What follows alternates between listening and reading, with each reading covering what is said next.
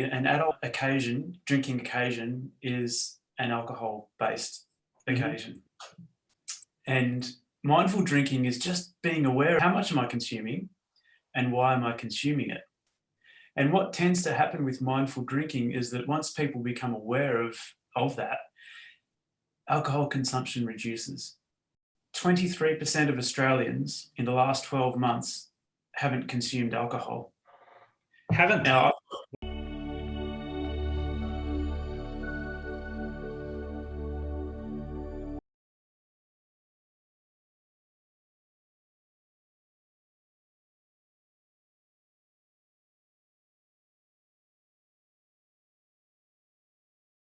Hi, Jason. Great to hear from you. G'day, Freddie. It's a pleasure to be here and chatting to you this afternoon. Yeah, well, the Survival Day event down, where was it? Briars, at the Briars the other day. That was a really great event put on by Michaela and very successful, wasn't it? Certainly surpassed our expectations. The first time that they've, maybe it might have been the second time that they've activated that event. It was wonderful. Some great music, full participation. I think they capped out at 400. 400, yeah. And it really came together and made sense to me when I heard Combat Wombat with their data verbalization. It was pretty cool stuff. I'll tell you what, it was a good day. It was a good day, and it was a pleasure to meet you there. Yeah, well, the invitation was extended to you to come on here because when I started to talk to you about ETCH Sparkling water, because we were all thirsty, it was a hot day in the end. It started out okay, but it got a little bit warm towards the end. It went from raincoats to t-shirts. Yeah, and your drinks were heaven sent. So, and when I heard your backstory of how you got to where you've got to with your ETCH Sparkling drinks, I felt it would really be cool to hear what's going on and how you got there. And you know, you've been at this for quite a while now, and it seems to be working well. And yes. Especially the idea that you have a philosophy behind your product. Would you like to tell us a little bit about your product and why? Thank you. Well, I guess the philosophy, we're all at ETCH Sparkling. The acronym ETCH stands for Every Time Choose Health. And really our philosophy is around good health, inclusion, and social conscience. And that's indeed written on our back labels, and it's across our branding. And from a philosophical perspective, this is really why we started our business, and it's what drives us: good health, inclusion, and social conscience. And really for me, as coming out of the wine industry, I had a 23-year career in the wine industry, which was wonderful. I stopped drinking in 2018, stopped drinking alcohol. And a huge gap opened up in my awareness in the marketplace about adult drinks and the options and the availability of good drinks that taste delicious, that accompany food and accompany social and dining occasions. And that's where my wife, Andy, and I started ETCH Sparkling. And that's where what drove this philosophy of good health, inclusion, and social conscience. So native Australian plant-based drinks with alcohol-free. Mm-hmm. And when we got chatting, you told me what your situation was prior to starting this company and where your health was at. You know, a bit of background there for people, because I made a personal transition in health that was really dramatic, that my friends wondered what had happened, that aliens had come and got me and reshaped me, put me back on Earth, because you know, I was looking about 10, 15 years younger to where I was at the time when I realised I had to make a change. What were some of the things that inspired you to make changes like that? Well, congratulations to you first and foremost. My changes, and I don't shy away from this conversation, that I developed an alcoholism. Mm-hmm. And alcoholism is a progressive disease, and I had a wonderful career in the alcohol industry.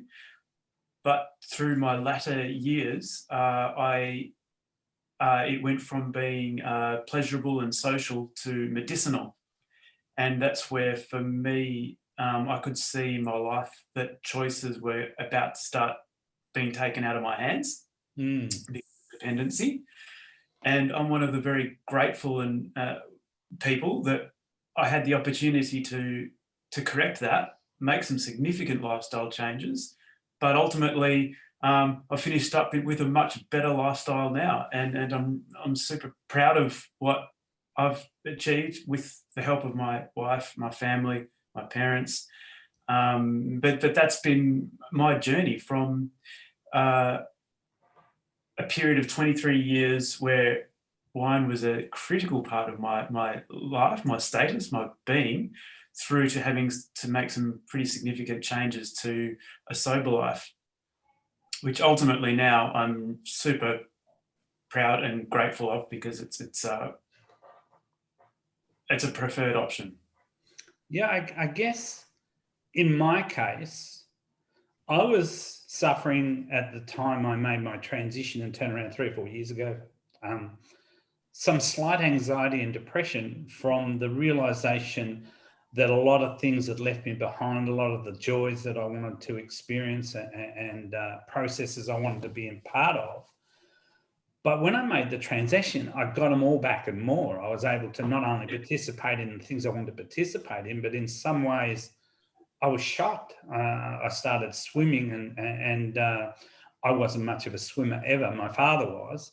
But after about 6 months, I swam one day. I just got in the water and kept going and knocked over 3 kilometres. And I thought, oh my God, God. I've never swum 3 kilometres in my life. And so on, and a lot of other things. And I think, what is mindful drinking? Because what I found with alcohol is I lost interest. So I'm very fortunate. I'd be lucky to bowl over, I don't know, half a dozen stubbies in the whole year, and wine and spirits. I don't like them. I don't touch them. So stinking hot day. So when I open a stubby, I never even finish it, So alcohol and me, and they parted company. But what is mindful drinking? Mindful drinking is a term that's been used globally at the moment. Certainly, it's a bit more commonly used in the UK and the US, and it's gaining more awareness here in Australia. And that's the key word: awareness. Mindful drinking is simply awareness of what you're consuming. Predominantly, it's talking about alcohol. It's talking about being aware of how much alcohol you're consuming. So when you're drinking. And as an adult in Australia, that is celebratory, it's commiseration, it's in sporting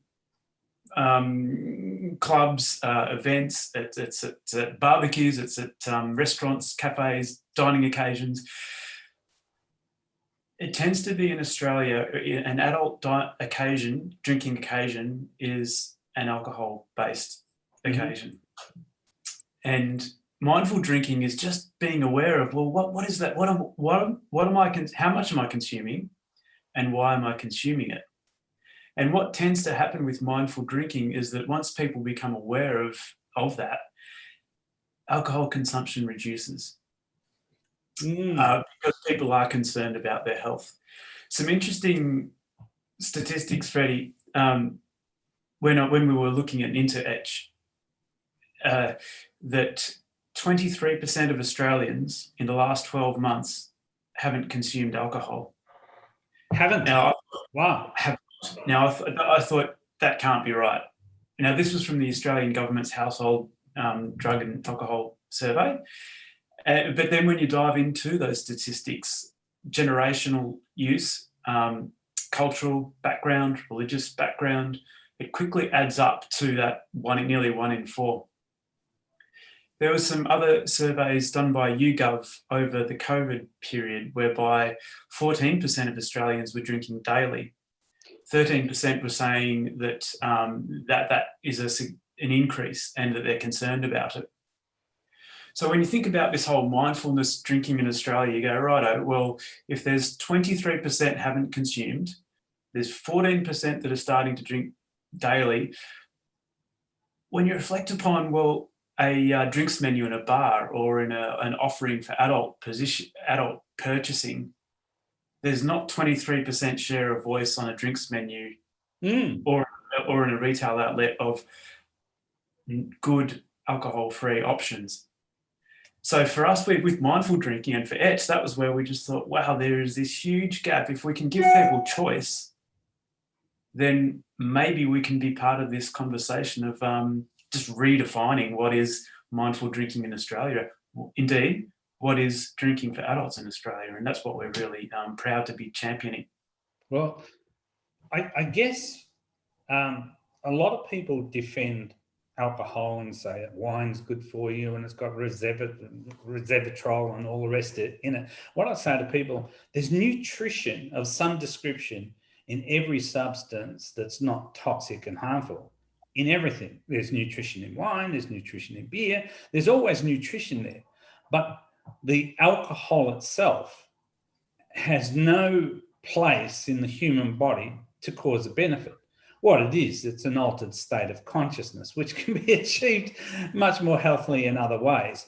But the detriment is quite serious because you're putting some serious toxicity into your body with alcohol. And what I find now, I'll be 68 in a week. So at that age in my life, when I realise I've still got drive, ambitions, hopes, a future, I can participate in sports, all sorts of things.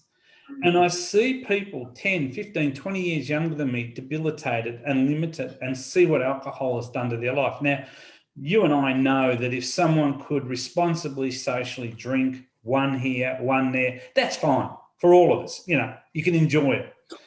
But we only really consume what we've conditioned ourselves to consume. Yeah. And if health is not a value and a priority in your life, you're not going to have it. You're going to gravitate to the sugar, the carbs, the drinks, the alcohol, and everything else that goes with it that is gravity, and it'll pull you down.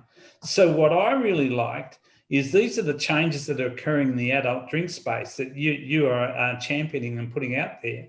How did you begin to learn, all about what you're doing? And I noticed your drinks are based on Australian native plants. And when I came to select a drink from you, there was a good choice of options. Your honey one had sold out, sugar, but that went first. But tell us a little bit about your journey and Australian native plants. Yeah, sure thing. Just before I answer that question, you touched on something really interesting that I was chatting to someone yesterday about the optimism of a healthier, sober life. And this is around this participation. You've mentioned it twice now. And I was chatting to this fella about when I was in my drinking phase at the end, I was always reflecting on, I used to do this. So reference to the past, or I'm gonna do that, which is, dream of the future. Whereas with a healthier lifestyle, it's, I get to do this. That's right. I'm participating now. And it's this real shift that you're 68, I'm 47. I do participate now, and participate with enthusiasm, with vigor, with inspiration and motivation. Like that just did not happen a couple of years ago. And it's only because of this removal of fear, potentially, of some of these things that maybe alcohol might have been a part of that. Depression, anxiety, insomnia, all these sort of things that can limit our perceived reality. So I just wanted to make that point because you've mentioned it twice, and I think it's really it's great because I know for myself, anxiety and depression left the building a long time ago, but it tried to get back in a few times, but I didn't let it. I just went for melancholy and sadness. But I realised that ever since I made a decision to be happy, and I defined my inner identity as a supreme athlete, and as soon as I said that of myself, all the choices, all the perceptual filters changed. And then I made different decisions, different choices, and I got involved in different things. And I think, how is it possible that I am Yep. more excited about my life now than I have ever been before. How is it possible? Changing perception, huh? How Yeah. amazing. Yeah, that's cool. So tell us about the Australian native plants. Sorry, I did digress there. I took No, it. it wasn't a digression. I think it was a completion. I enjoyed that journey, and it's very relevant to the listeners.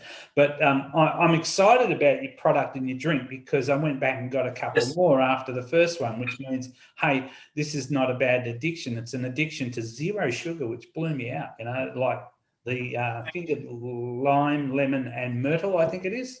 Yeah. Yes. That, I looked on the back because here we go, you know, what cocktail am I having here? And I go, zero sugar. Oh my God, no chemicals. So tell us about your drinks. Yeah. Sure. So in that period of recovery that I mentioned about when I stopped in 2018, I met a fella down here called Lionel Louch.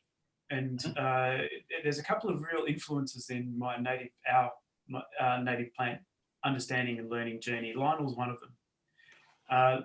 And another couple in Tynong, Peppermint Ridge Farm. So and Anthony and Julie were there. So, and basically Lionel took me on a bushwalk down here on the Mornington Peninsula, and we were just discussing. It was at a period of time when the drought was top of the news cycle. So sustainable farming was topical. Lionel taught me a little bit about what's grown just here on the Mornington Peninsula. That then sparked this interest and reading books like Dark Emu by Bruce Pascoe as well, about what plants are natively grown in Australia and what attributes they have from a nutritional perspective, from a flavour perspective, from a sustainable farming perspective. That journey took us on this pathway into just falling in love with native plants. Chefs have been using plants now in food for quite a while. Gin companies have been infusing them in alcoholic beverages, but the non-alc space really is finding a little bit of a resurgence, I guess, dare I say, for plants that have been used by our First Nations peoples for 60,000 plus years. It's just that we are now, again, we're all on a shared cultural learning to listen and to learn, and that's where we see that's where we are at ETCH. It's listening and learning, and discovering, and hopefully sharing with others what we're discovering in these wonderful plants. So we've focused on 3 different drinks. 2 of them are sugar-free, and one is a citrus-based finger lime lemon myrtle. The second is Davidson plum, ryeberry, and strawberry gum eucalypt. Citrus berry, and these we get these fruits from parts of Australia where the plants naturally grow. Bring them down to the Mornington Peninsula and make the drinks here. The third drink that we did have that was out of stock is a local Mornington Peninsula honey as well. So sugary drinks are also topical as much as alcohol. Certainly some areas in Australia where we sell in communities whereby diabetes is a problem. We saw just prior to COVID, the medical fraternity was putting out lots of advertising on avoid sugary drinks. Well, you know, honey is a wonderful natural sweetener, sugar, natural sugars, and it's a beautiful flavour as well. So that's a third avenue, I guess, that we third drink that we're showing to. No one's going to embrace something that doesn't taste good or satisfy. I mean, it may be healthy, but they don't care. You know, they say, well, I'm not enjoying it. What's it doing for my psychological health? I need some enjoyment as well. What I found on a hot day, your drinks were refreshing and satisfying to me. And I never got to taste the honey one because that was sold out. But we did have a crack at both of those, and they did meet the need. And I thought to myself, I would like to get some of those so I can have them on stock here. So I've got alternative when people come around and they want to drink what they want to drink. By the way, where can people get this stuff? Are you in shops yet, or do they deal direct? How do they get hold of this drink? So on our socials, we have a website, It's www.sparkling.com.au. We're on social media, on Instagram and on Facebook. If around Melbourne and the Mornington Peninsula, Richie's IGA group, and certainly select IGA networks across Australia, Foodland South Australia, Good Grocer, Boatshed Markets in Perth, select outlets in Darwin, a few in Sydney and Brisbane, but mainly direct. But obviously our website is we ship wherever Australia Post goes. That's exciting. It means that you're actually penetrating the marketplace and the demand is there. And now it's a matter of raising the social awareness of the existence of it. So what is your personal philosophy and how does this relate to your personal values in relation to what you've done? Yeah, thank you. Well, ETCH, every time choose health, is just a nice little mantra that I check in all day, whether it's in my spiritual health, my mental health, or my physical health. It's just a nice quick thing to just keep yourself grounded and just doing the next right thing. And interestingly, through my now, I also, Freddie, feel much better than I ever have in my 20s, physically stronger, mentally more astute, spiritually more connected, because I'm practicing these little personal philosophies that now throughout my life. And every time choose health, it's just a nice little quick, how am I traveling right now? That down. Every time choose health. Yeah, I did that this morning when I was having my coffee and I saw the carb sitting there saying, eat me, you know you want to. I chose not to walk out, but I could hear the sirens calling. That's okay. That's awareness. Yeah, look, I think that philosophy, every time choose health, I realize my mantra is inside, who I am, to give me my identity. And then when I realize it's about being authentic, congruent, and actually following my patterns and dreams, because if you don't follow your own plans, you'll just be part of someone else's. And that means the submission and acquiescence to all the temptations, to all the rubbish, to all the bad food, bad behaviors, and things like that. So your philosophy about every time choose health, and you're saying emotional, mental, spiritual, probably even financial, like the whole gamut, the whole spectrum. This is what the FKC channel's about, interviewing so many people from different walks of life that people can go in. There's this whole smorgasbord and spectrum of topics in there where people can go, hang on, my relationships are affecting my health. My finances are affecting my health. My behaviors are affecting my health. What I drink, what I consume emotionally, mentally, and spiritually through the media and YouTube and everything else. There's so many aspects to it. So your philosophy for health, you've come out of a background where you started to get the bill. I've got a saying, you can do whatever you like in life, but sooner or later, the head waiter's going to tap you on the shoulder and give you the bill. So yes. At 39, you got the bill, I guess, when you started to say, it's a bit expensive being in this smorgasbord of free will. Well, you mentioned a good word there, and that is authenticity. And I don't even know if I knew what my authentic self was. I was just, forging down this pathway that is what I should do.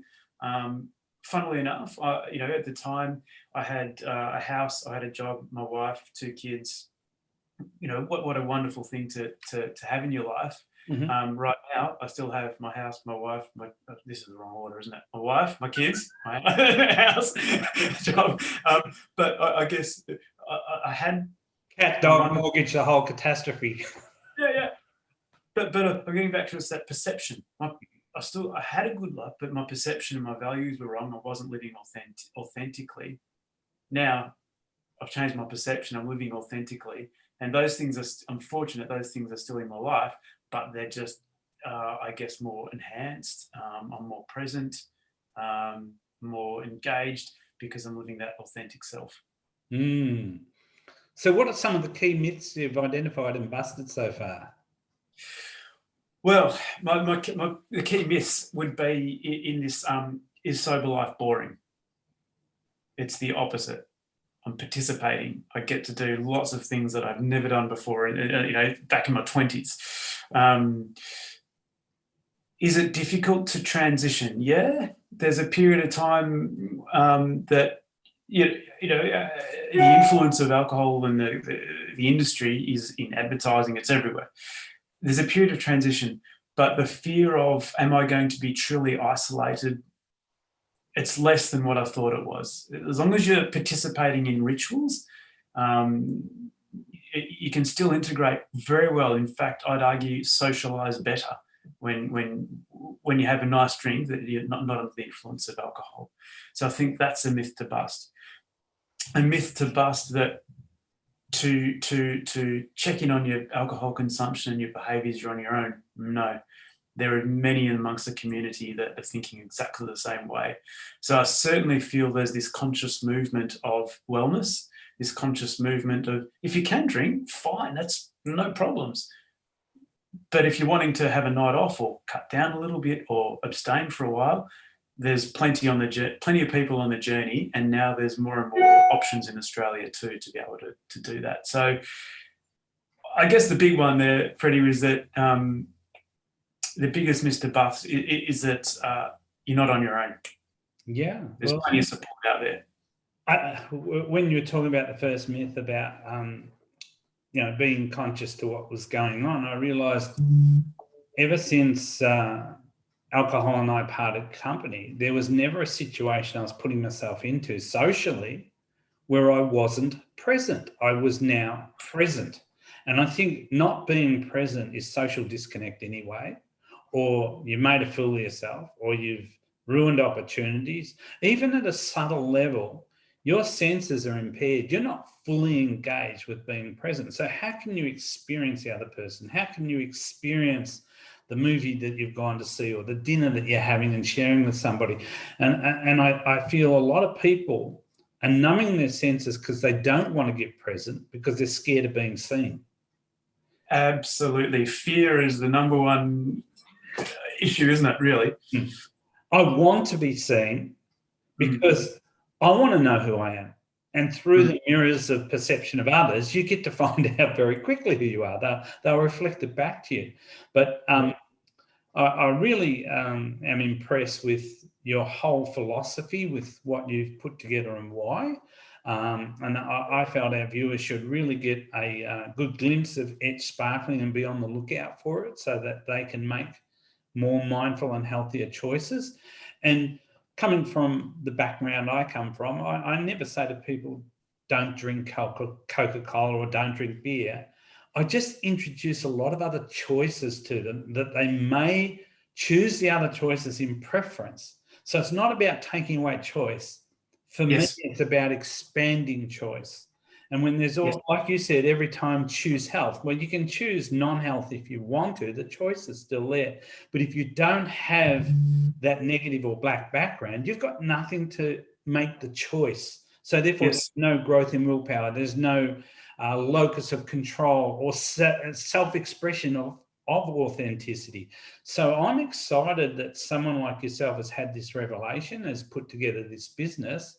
And I just encourage you people out there to get behind young Jason here and his product ETCH and get right into his stuff. Yeah. Thank you, Freddie. No, it's an absolute pleasure. So what I'm going to recommend is anybody seeking ETCH Sparkling Water, you'll find it in IGA and the other places that you mentioned.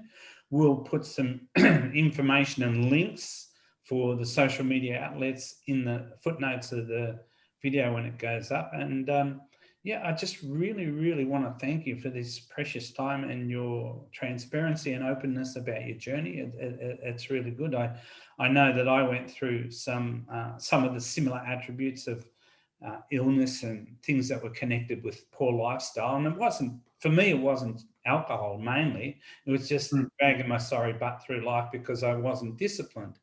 And, the head waiter did tap me on the shoulder here and there. And I decided, no, that's not the future I want.